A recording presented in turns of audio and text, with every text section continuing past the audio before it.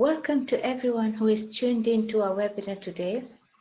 Our speaker is Gillian Austin-King, Payments Portfolio Director, heading up the change function for Payments IT at HSBC. My name is Vivian Walters. I'm the APM Program Management Interest Group and your host for today. A few words on the SIG. We've got our annual conference coming up on the Thursday, the 12th of March. It will be held at the think tank Birmingham Science Museum in Birmingham. As I said, the SIG title is The Art and Science of Program Management. It's going to be another world-class event sharing good practice and real-life experience and promoting thought leadership, with takeaways for everyone to use in program and project delivery.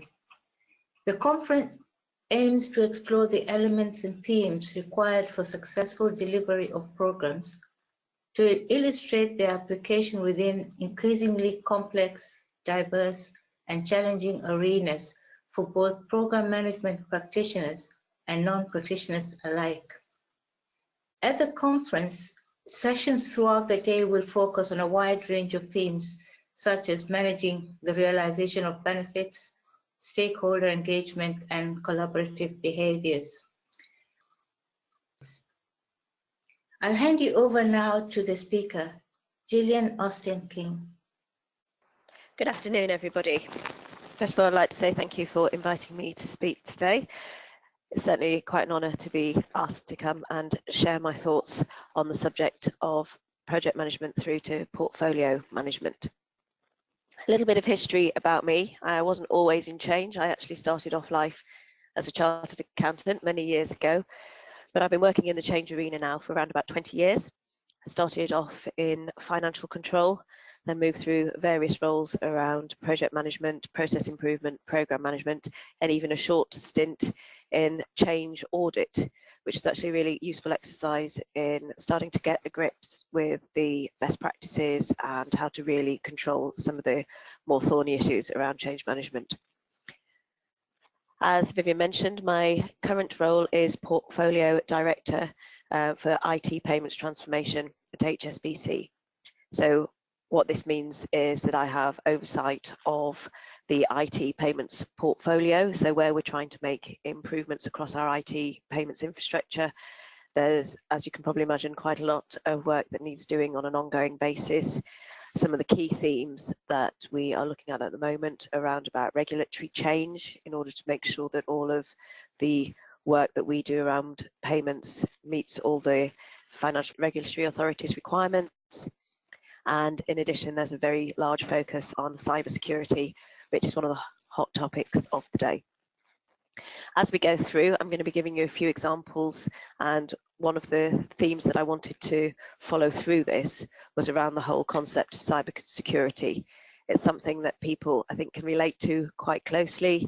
It's an area where people are a little bit concerned today with regards to the security around their IT, so hopefully it'll serve as quite a good example to illustrate some of the points that I will be looking to make.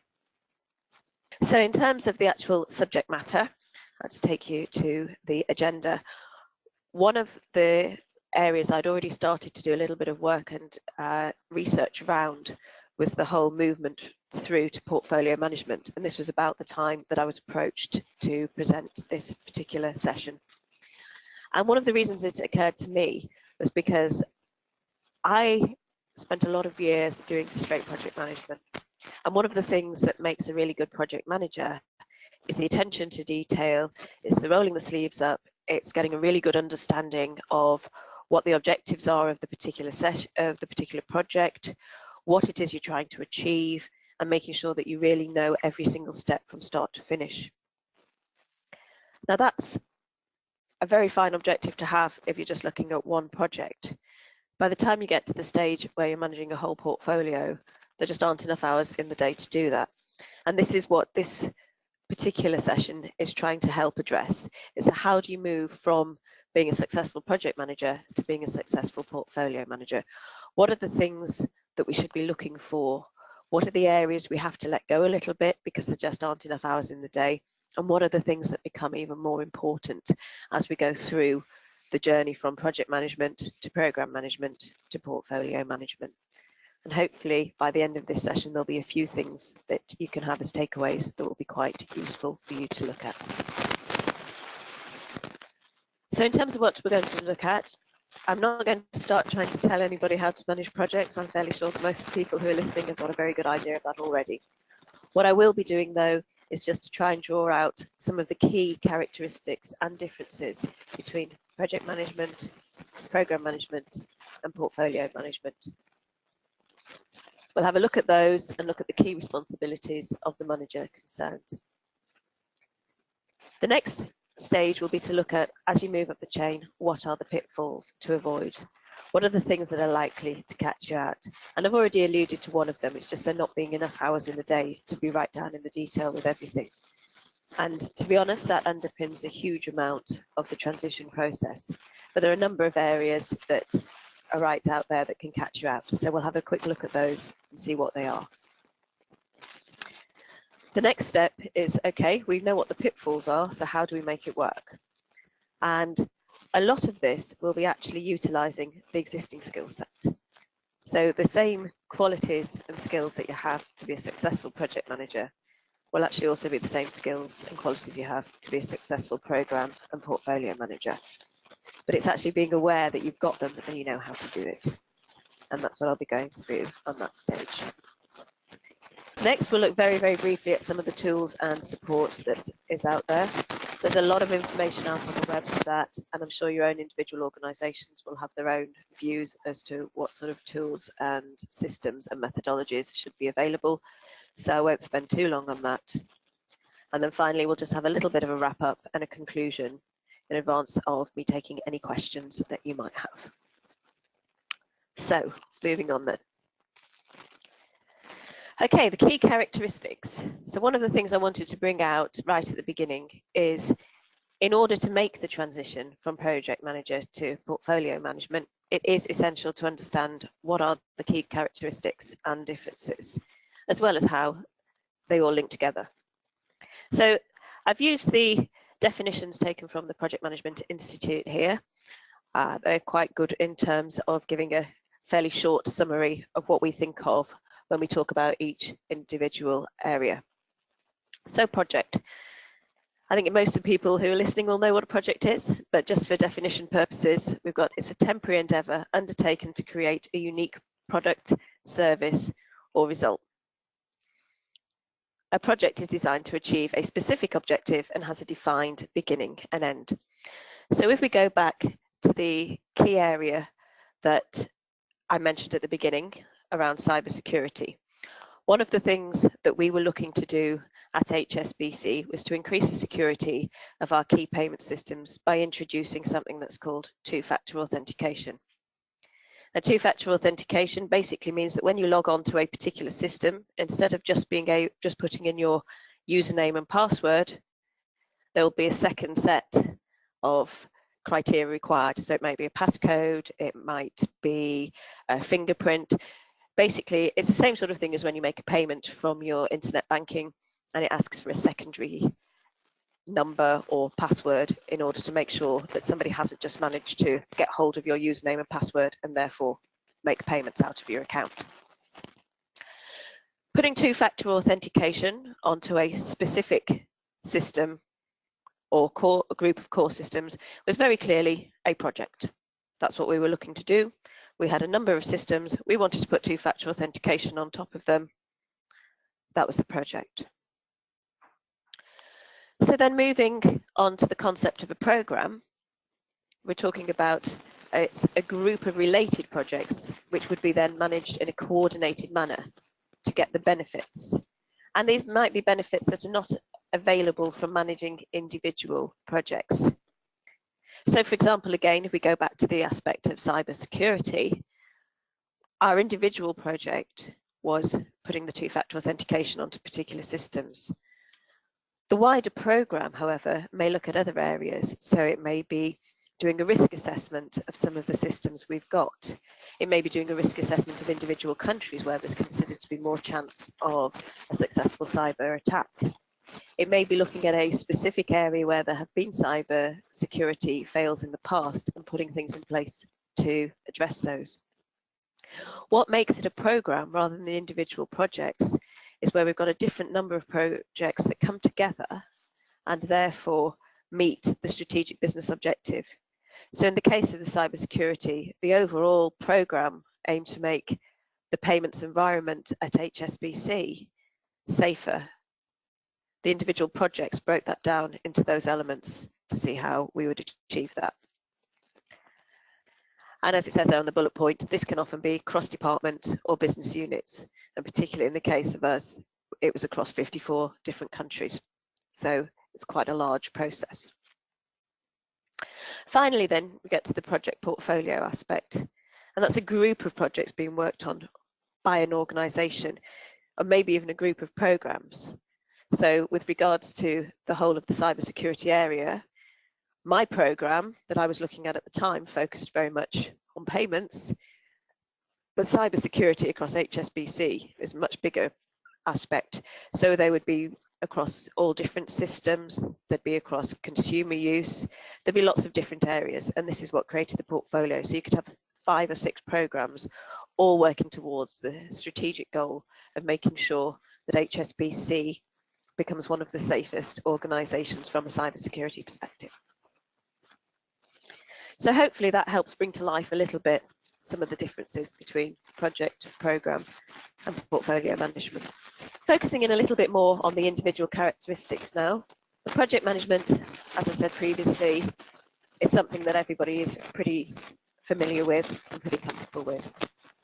And some of the things that we think about typically within project management are obviously the definition of the project goals, the intake and management of requirements. How do we define those requirements? Getting them down on paper, working with the right people to make sure that we know exactly what it is that the project's looking to achieve. Getting a breakdown of and scheduling tasks so we know what are we doing, when are we doing it, how we're going to make sure that all the required tasks take place in order to meet the project deliverables. Budget and cost management, which is a theme which is increasingly important. It goes through how we're going to manage the costs associated with a particular project, managing resources, making sure we've got the right people working on it, and communication. It's very seldom that you'll do a project in complete isolation. A lot of the time you will need to talk to your stakeholders. You'll need to communicate widely as to where we are and how is the project going. So that's project management. Obviously, being a project manager basically means doing all the stuff that involves project management. So you're going to be the one doing the scoping, the scheduling and the approvals. You're going to be managing the resources, the budget, going to be managing the risks, and you're going to be in charge of that status reporting. So moving then on to a program, as we said, the program management aspect is the coordinated management of more than one project and the change management activities that are required to achieve a beneficial change. And that will often have a strategic element that addresses a strategic objective of the organisation as a whole.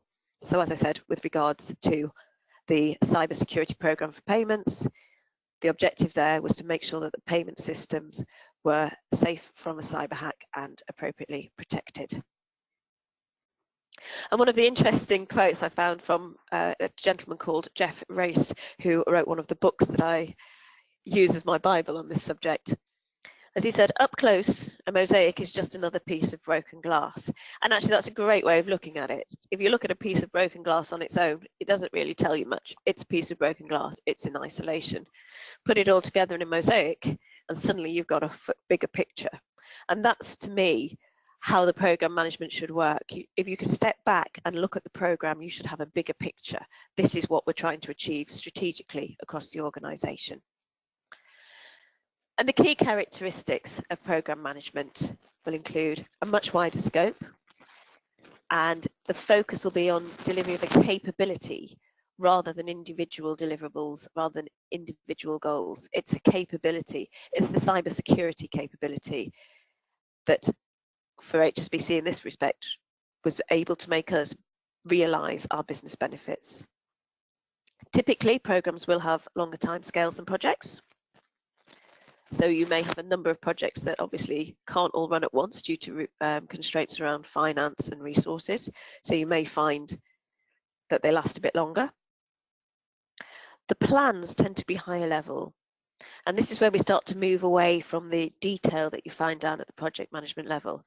As a program manager, you're probably not going to want to drill down into your Microsoft project and look at 700 lines of a plan. You're probably going to want to do the bit where you roll it up one layer. And so you're looking at a particular aspect. So rather than look at every details around the requirements, you want to look at the periods. When does the requirements phase start? When does the requirement phase finish? You'll want to look at testing. When does it start? When will it finish?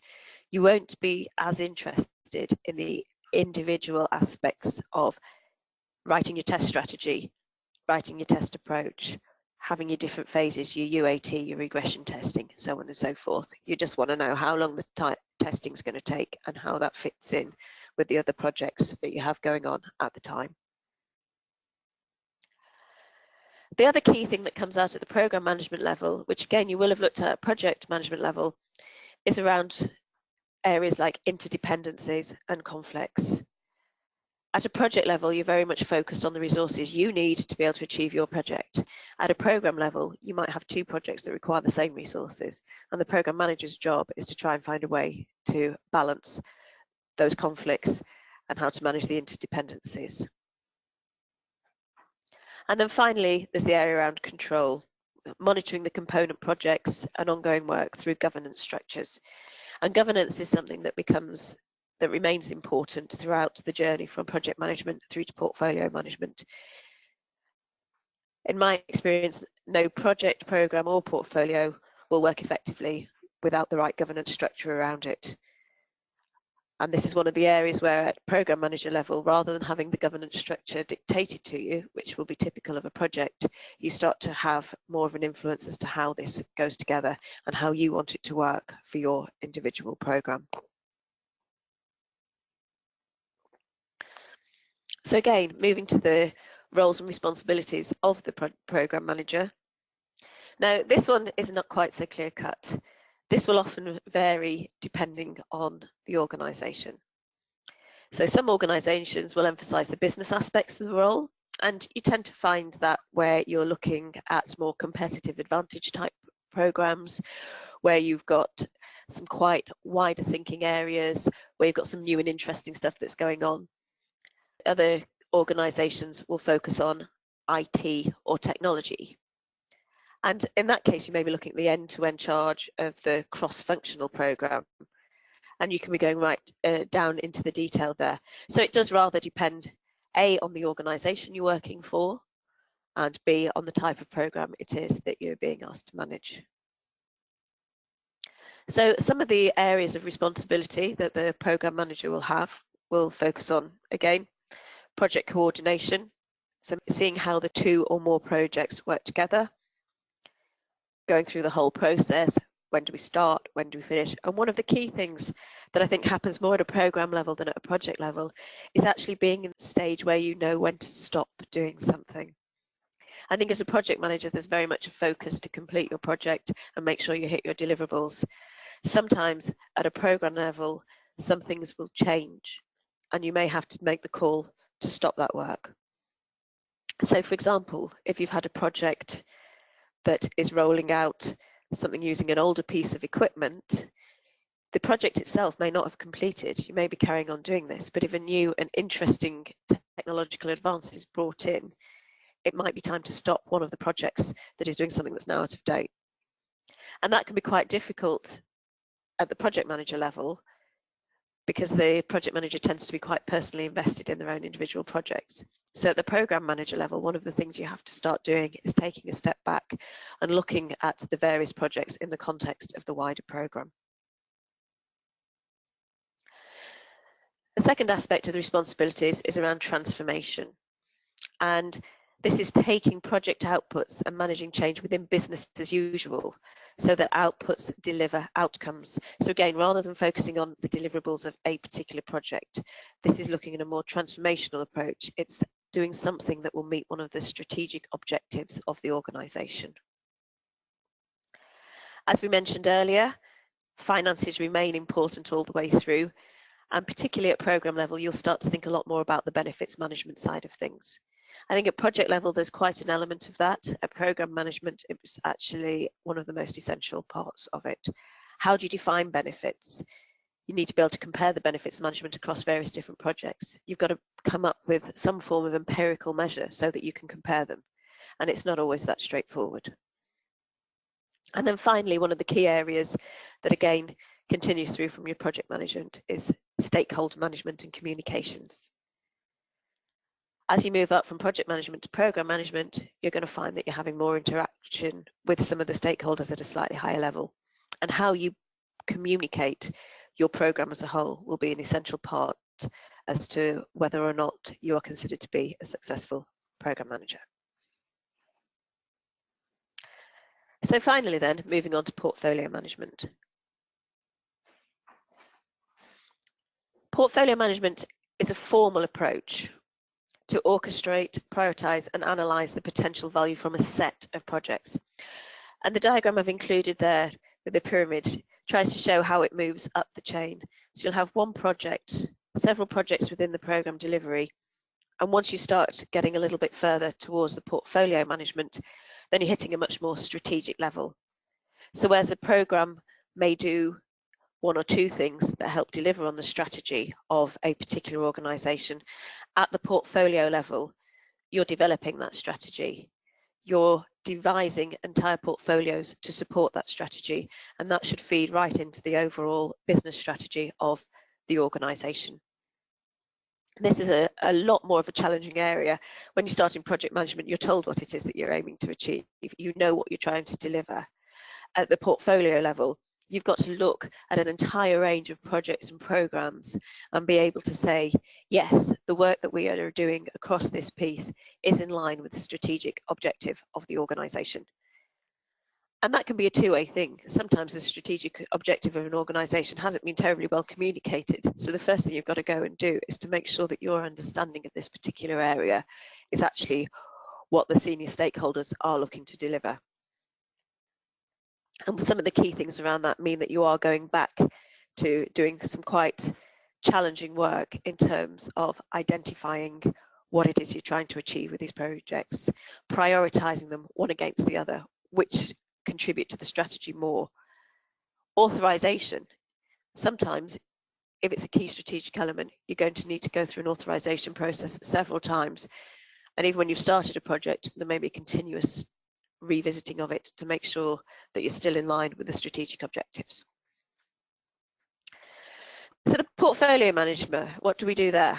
Well, we're responsible for managing and leveraging this life cycle of investments, initiatives, programs, projects and outcomes to optimally achieve enterprise goals and objectives. Well, what do we mean by that?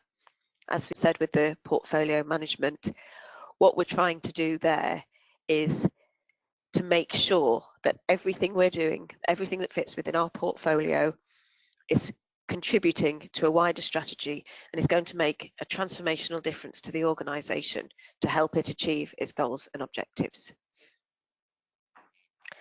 In order to achieve this, there are a number of areas that we need to look at. So to start with, there's operational changes. Some of the key things around this are making sure that each individual project is actually contributing to at least one strategic objective. If you take that back and think about it for a second, it's not actually as straightforward as it sounds. So with a number of projects, you may have the objective, for example, introducing two-factor authentication that I mentioned with regards to a cybersecurity area. One of the areas we used was with a token that would provide the second level of authentication.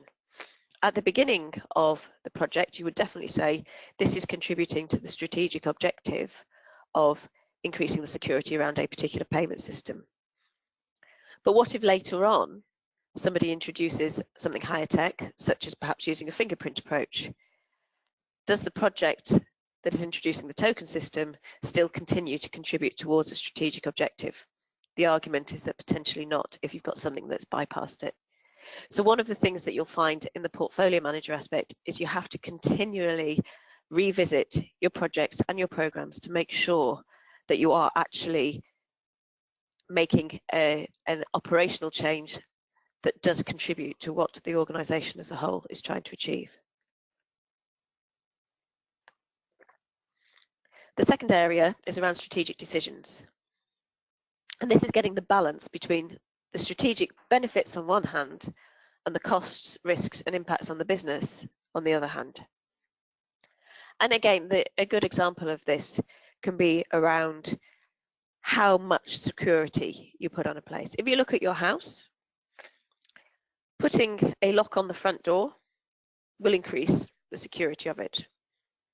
Putting a lock on the back door will increase the security of it a bit more.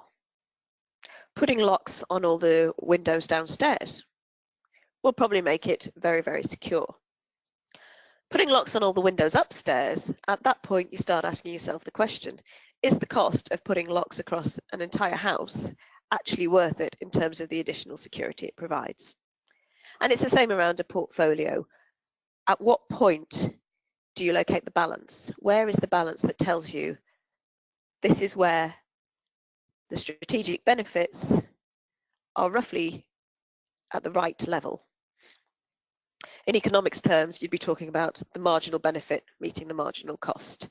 And it's something that is a very easy concept to grasp, but not that easy to do in practice, largely because costs are very easy to measure, whereas benefits are not always. And sometimes it's quite challenging. How do you put a price on security? But one of the things that you do find that you end up doing within the portfolio manager role is being able to do that, because you've got to be able to justify it and demonstrate it to the senior stakeholders. Again, extending from what we were talking about within the program manager role, there is a balance around resources and change initiatives and prioritization. So what we need to do across the area is to make sure that you've again got the right balance to ensure that they contribute to the strategic objectives of the organisation. And as we mentioned before, making sure that all change initiatives are frequently reviewed to ensure that they remain strategically aligned. Okay, so that's the basic differences and areas around what do we mean by a project, what do we mean by a portfolio. So what are the key pitfalls that people come across? What is it that they need to do that sometimes catches them out? And I'll start off with what I mentioned at the start. It's the complexity, it's having so much. Multi-project planning and control is not about planning and controlling each individual project. If you try to do that, you'll be burned out inside 6 months. And that's one of the common areas that people make mistakes on when they first start trying to do this. And I will hold my hand up and say I was exactly the same the first time I got a portfolio, and I must have spent at least the first 3 months panicking that I didn't have the time to be able to get down to the detail on every single aspect of every single project. And you can't do that, and nor should you have to. But what you do have to do is you have to learn to delegate. You have to have the faith in the project managers and the program managers who are in the position where that's their responsibility. And one of the key things that is very, very common in project managers who are moving up the chain for the first time is the sin of micromanagement. And if you think about it, it's quite natural. As a project manager, you get into the detail. You want to control everything. You want to know everything. Losing that particular attitude is quite a hard thing to do. But it is something that will catch people out, because they'll spend so much time micromanaging that they won't actually focus on the key things that we talked about in the previous slide, such as making sure that you're meeting the strategic objectives. And of course, as with everything, And the picture on the slide demonstrates it. It's a balance. Just as it may be that sometimes you go into too much detail, sometimes there's a danger of not going into enough. So you can say, right, I've got some great project managers, I've got some great program managers, I'm just going to leave them to get on with it. And then when something goes horribly wrong, you're not even slightly aware of it, and you're not able to take the steps required to help put it right. So it is a balancing act. Just as you can spend too much time micromanaging and go into too much detail, you can go exactly the opposite way and not go into enough. The next area is around not responding to a change in strategy. And this goes back to the project management mentality. You've got a project, you want to get it finished. It's important to you. You've heavily emotionally invested in it. A change in the business strategy may mean that that project is no longer valid. And one of the big mistakes that new portfolio managers quite often make is that they don't respond to this change in strategy because they're too personally invested in some of the projects that are within their portfolios. But the danger with that then is that you'd be viewed as not responsive enough, you'd be viewed as not being bought in to the overall organisational strategy, and you'd be viewed as not the right person to be doing the role. So it's really, really important that any communications around changes in strategy that come from the senior stakeholders are responded to. The first thing that you'd be doing when you get any changes is to go back to your portfolio and say, okay, does everything in it still support the strategy that we're trying to achieve? The next area is the old "it doesn't apply to me" approach. Now, I'm sure everybody listening knows somebody who drives a car and is absolutely adamant that the rules of the road are there to be followed.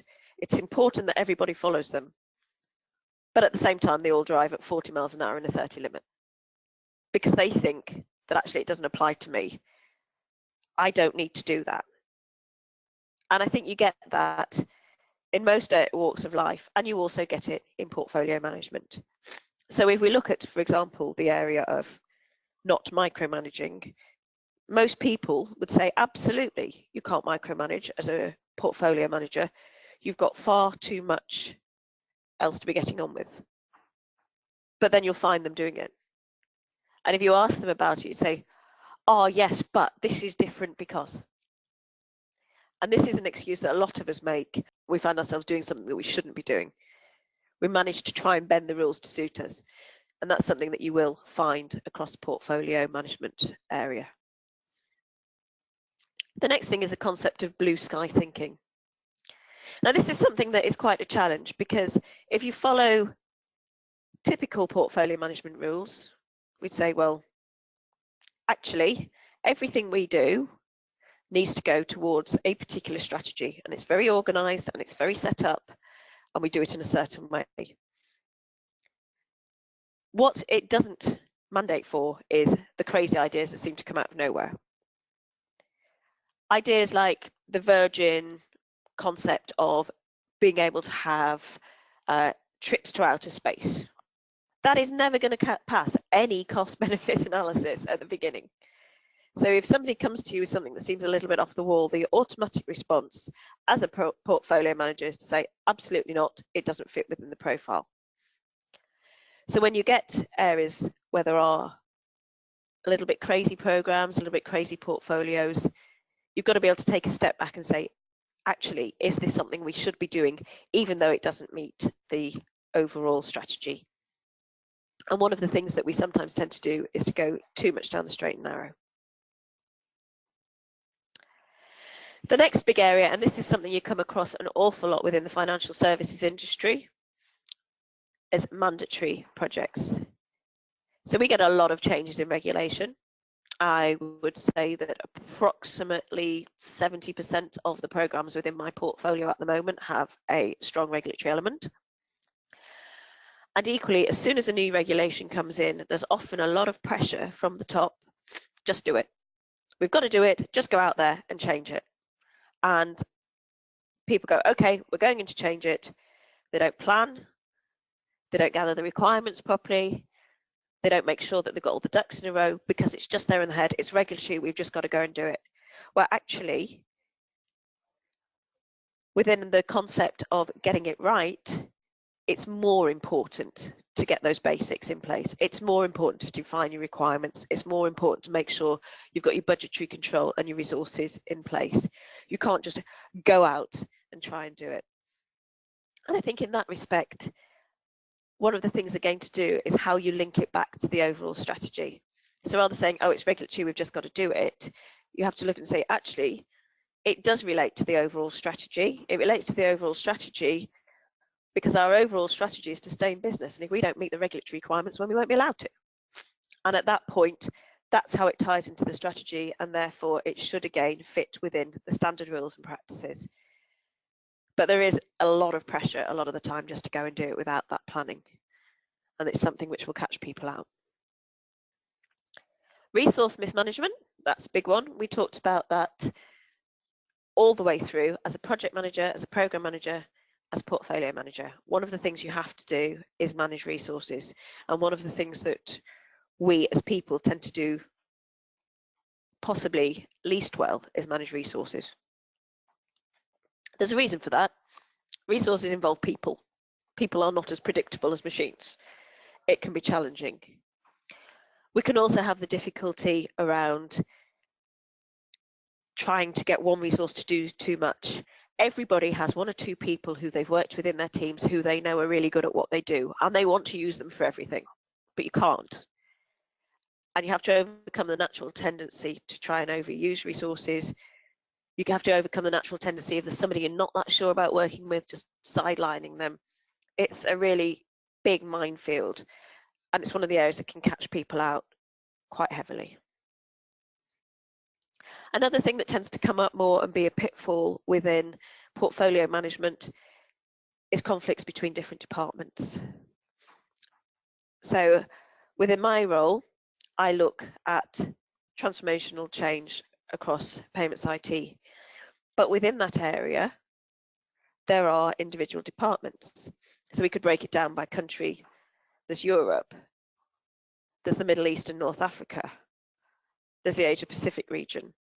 You're going to have several different programs going on at once, and each individual department is absolutely convinced that theirs is the most important. And if you can't manage to manage those conflicts right from the very beginning, then you're going to run into difficulties, because it will become a case of whoever shouts loudest gets what they want. And the challenges with that will mean that, again, you're not contributing to the overall strategy of the organisation. Which leads us on to the final bit, which is managing the politics. Never, never underestimate the significance of that. There have been many, many different occasions on which a very good project manager can be perceived to have failed, and a not so great project manager has been perceived to be successful. And that is just because of how they've managed the politics and how they've managed the key stakeholders. There will be different challenges. The key area is often around finances. If there's only so much money to go around, there's going to be a lot of politics involved as to who should get it and why. It's really important the higher up the project management, portfolio management chain you go, that you can manage to deal with the politics around that. Because otherwise you'll just end up being the bad guy, and that doesn't work out well for anybody. Okay, so now I've depressed you all with regards to the number of pitfalls that are there. I'm going to hopefully try and cheer you up a little bit and say, actually, you already know how to do this. As a project manager, you have an awful lot of skills that you've developed over the years. And these are the same skills that can enable you to be successful within the portfolio management arena. One of the first areas is around you as a person. What is your own personal brand? What do people think of you? How do you look? How do you present yourself? When people talk about you, what do they say? And this is something you'll have been doing since day one. As a project manager, you need to be credible. As a portfolio manager, even more so. But the good news is you'll probably have been doing it for years and years before you even get to that stage. The second thing is around the finances that we alluded to earlier. Building and managing a business case. Okay, it's more complex at a portfolio level, but you're still using the same skills you've been using since the very first project you managed. You're still presenting to a set of senior stakeholders a particular business case. You're still managing a business case. But instead of managing several work streams, you're now managing several programs or projects. But the skills are the same, and they transfer, and they support your case. The next area is around good governance and sponsor. Somebody once asked me, what is the most important thing to have on a project? And I said, I think it's a strong sponsor. That continues throughout. You always need to be operating within a good governance structure that is consistent and supports what you're trying to achieve. And in order to achieve this, you also need to have a key sponsor of what you're trying to do, who is reliable, who will help you deal with issues quickly, who will provide you with the support that you need. As a project manager, you've been managing governance and you've been managing your sponsors for a lot of years. This doesn't change as you go through the process. You'll still be doing that. And your ability to either be a good sponsor or to make sure you engage well with one and to make sure that you have the appropriate governance in place is equally important at the portfolio manager level. Stakeholder management. From the very first day as a project manager, you're managing stakeholders. By the time you get to the stage where you're managing a portfolio, you're really good at it. And that's a key part of the success criteria, being able to manage stakeholders. This isn't something new. You're not suddenly walking into a portfolio manager role and going, oh heck, now I've got to manage stakeholders. You've probably been doing it for years. They're the skills you've already picked up. You've got it. The next area is around communications. Again, as a project manager, you are communicating pretty much daily with your stakeholders. As a portfolio manager, you're doing the same. It's all about the communication. Next area is around people, teams, and leadership. The leadership qualities you develop right at the beginning of your project management journey are the same leadership qualities that you will take through to being a portfolio manager. Decision making. When I used to teach an introduction to project management, one of the first things that we talked about was making decisions. We used to say it's not about making the right decision all the time. It's about making bad decisions quickly and having the time to change it and move on. The same thing is true all the way through your career in project management. It's all about, can you make the decisions? Can you move on? You'll have been doing that since day one. Next area is around planning.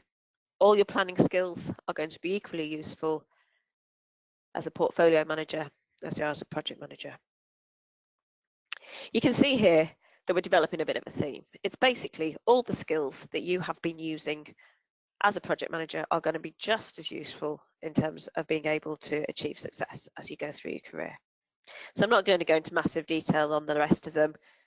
Cost monitoring and financial management, resource management, risk management, change control. A lot of these things we've already talked about in the last 30 minutes or so. The message is clear. You actually probably own 80% of all the skills you need to be able to do a portfolio manager role. So if we think back to the previous slide where I was bringing out some of the pitfalls, actually, providing you can avoid those pitfalls, then you're already set up with your existing skill set to be able to do the role successfully. Okay, so the final area before I finish off then is to look at some of the methods and tools out there. Now, I'm not going to go into an awful lot around this because, as I say, depending on your organisation, there'll be very different views. Most of you will have come across Prince 2. A lot of people would be familiar with Agile. There's some very useful information in the Project Management Book of Knowledge, and there's one of those each for both the PMI in the States or the APM over here. Management of portfolios, that's actually a particular portfolio focused area which is quite useful, which was issued by the Cabinet Office. And then there are various different project management software out there. And I don't know how many of the people here are old enough to remember an old BT advert which starred Maureen Lipman, where her grandson had failed a huge number of his GCSEs at the time, and he'd passed sociology or something, and she's going, he's got an ology. Now there is a big tendency for us to say, if it's got a methodology, then it's going to work. Actually, to be honest, a lot of it comes around common sense. A lot of it comes around the skills and experience you've built up over the years. But sometimes it is quite useful to be able to go back to the methods and tools. So I've just listed a few of those there, should you wish to have a look at them. Finally then, around the reading material, I quoted Jeff Race earlier. He and Paul Rayner wrote a book called Portfolio and Program Management Demystified.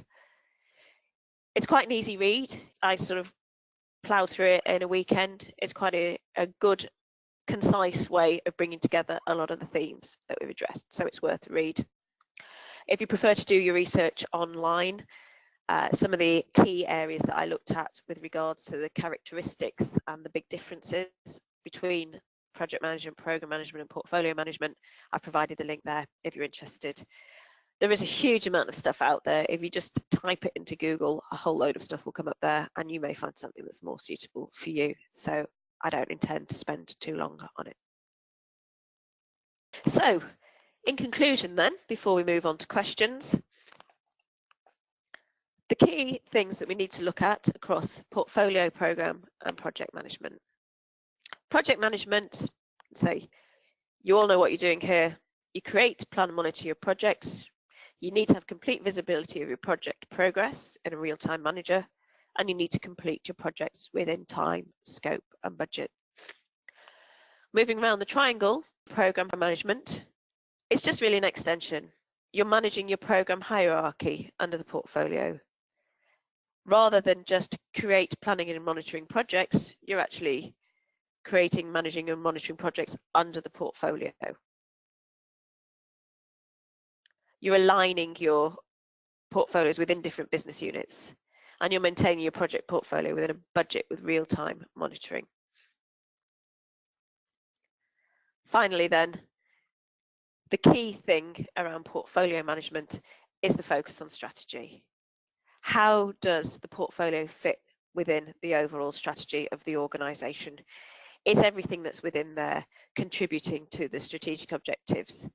Are you going back sufficiently often to check that everything that your portfolio is delivering is actually what the business is looking to do? And as it says there, the key thing, make sure that you're monitoring it in real time. So that was really all I had in terms of the areas I wanted to cover today. And I'm now happy to open the floor to questions. Okay, the first question I've got is, benefits management is notoriously difficult to embed and sustain in a program or an organization. The benefits management capability is often the least mature. Have you been able to tackle this at HSBC? If so, how have you done it? Yeah. Strangely enough, that is actually something that we are in the process of doing at the moment. So to give you a bit of background, I got a new boss recently, and one of the things that he is very much focused on is around benefits management.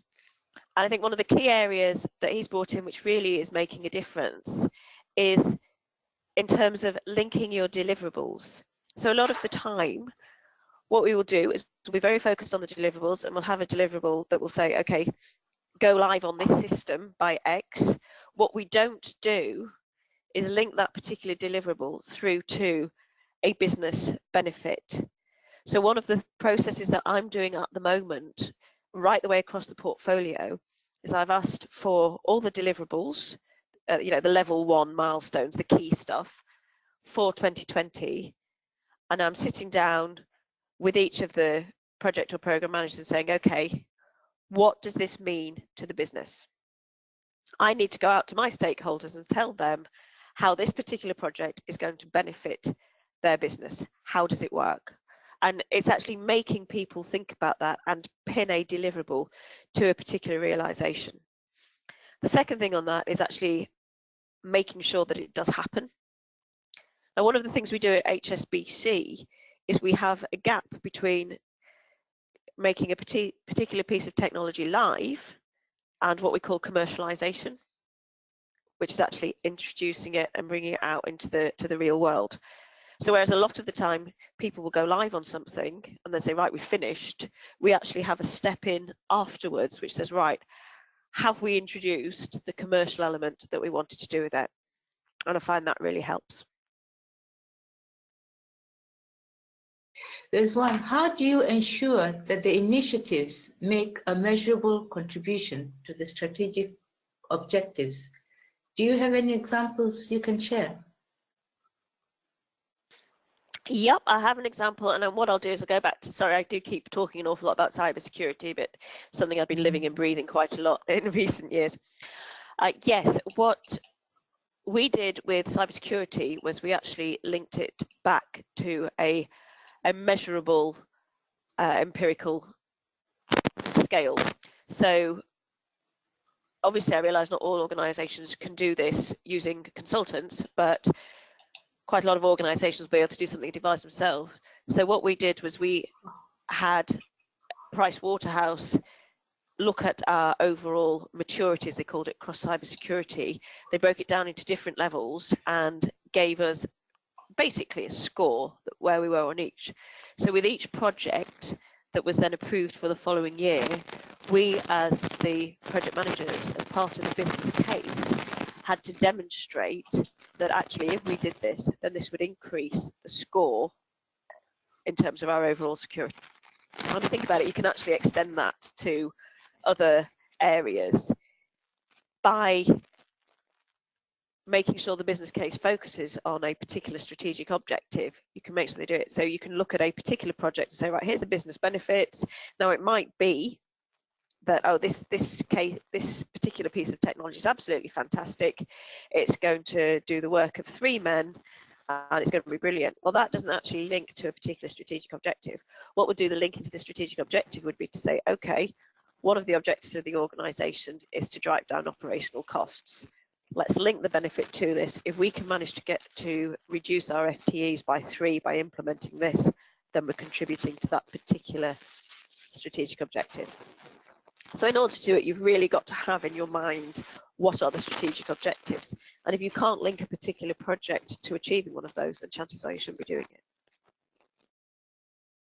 Next question I've got, what is the internal culture of HSBC?